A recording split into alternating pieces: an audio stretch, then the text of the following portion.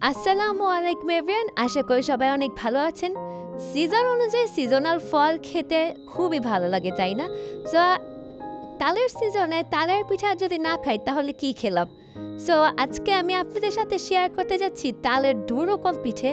একটি হচ্ছে তালের সেদ্ধ পোলে এবং অপরটি হচ্ছে তালের কদম। এই দুইটা বানানো খুবই সহজ, সবাই ইজিলি বানিয়ে ফেলতে পারবে। তো চলুন দেখে নিই কি করে এই তালের কদম এবং তালপুলিটা তৈরি করা হয়। তো ফার্স্টে একটি চুলায় আমি কড়াই গরম করে সেখানে তাল দিয়ে দিয়েছি।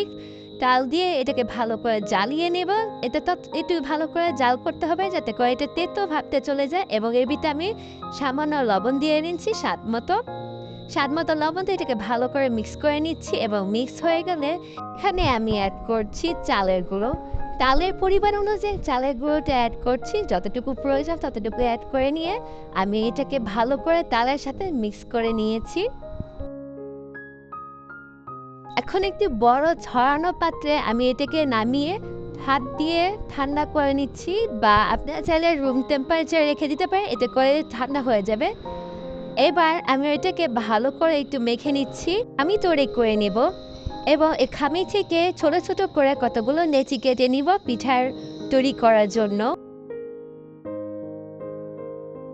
আমি আগে থেকে নারকেল আর চিনি একসাথে ভেজে নিয়ে সাইডে ঠান্ডা হতে রেখে দিয়েছি। এবার এই লেচিগুলোকে একটু বড় করে হাত দিয়ে গোল করে নিয়ে এর ভিতর আমি সেই ভেজে রাখা নারকেল এবং চিনির পুর দিয়ে এটাকে আটকে দেবো, মুখটা আটকে দিয়ে ভালো করে হাতের সাহায্যে গোল করে নেব। গোল করে নিয়ে আমি এগুলোকে বাসমতি চালে গুঁড়িয়ে নিচ্ছি ভালো করে। বেশি একটা চেপে চেপে দেওয়ার কোনো প্রয়োজন নেই, আলতো হাতে যতটুকু আসে ততটুকু দিয়ে এবার আমি চুলার উপরে পানি গরম বসিয়ে তার উপরে একটা স্ট্যান্ডার দিয়ে আমি এগুলোকে সিদ্ধ হতে দিচ্ছি। প্রায় 5 থেকে 6 মিনিট পর এটা ভালো করে সিদ্ধ হয়ে গিয়েছে। পুলি পিঠা বানানোর জন্য ডোটাকে বড় করে রুটির মতো বেলে নিয়ে তার উপর আমি এই পুরটাকে দিয়ে এটাকে একটু ভালো করে ভাঁজ দিয়ে নিচ্ছি পুলির মতো শেপ করে, এবং এটাকে আমি একটা পিৎজা কাটারের সাহায্যে কেটে নিয়েছি। সো এভাবে আমি এখানে তাল পুলি তৈরি করে নিয়েছি। এটাকে আমি একটা ঝুড়ির উপর রেখে এটাকে আমি সিদ্ধ হতে দিব। এটা বেশিক্ষণ লাগে না সিদ্ধ হতে, 4 থেকে 5 মিনিট এটা ভাপে রেখে দিলে এটা সিদ্ধ হয়ে যায়।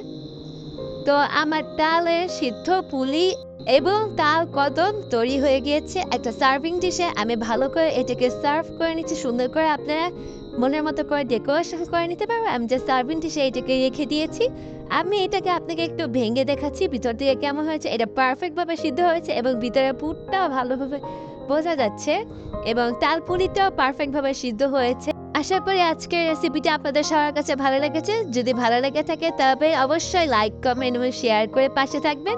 দেখা হচ্ছে নেক্সট ভিডিওতে।